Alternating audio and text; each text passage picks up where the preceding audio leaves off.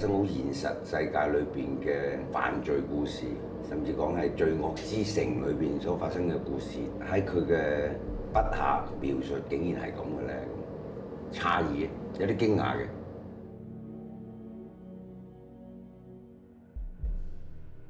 麥浚龍導演同你溝通嘅時候，你唔會覺得佢係一個咁年輕嘅人。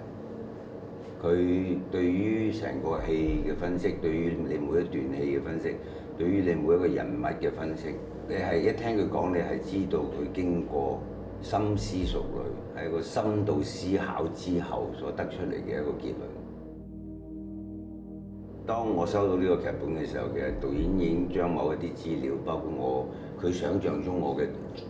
造型嘅雛形啊，我嘅屋企嘅某啲輪廓啊，我大概嘅衣着打扮啊，咁佢都有啲 sketch 抌咗過嚟。咁我嗰日就係準備拍嗰場戲嘅時候，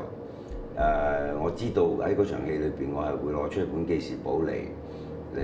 記錄低一啲嘢，或者係去翻查翻一啲前面嘅資料。咁我就喺屋企揾，我就揾到我自己嗰本我買咗好多年都冇用過嘅記事簿。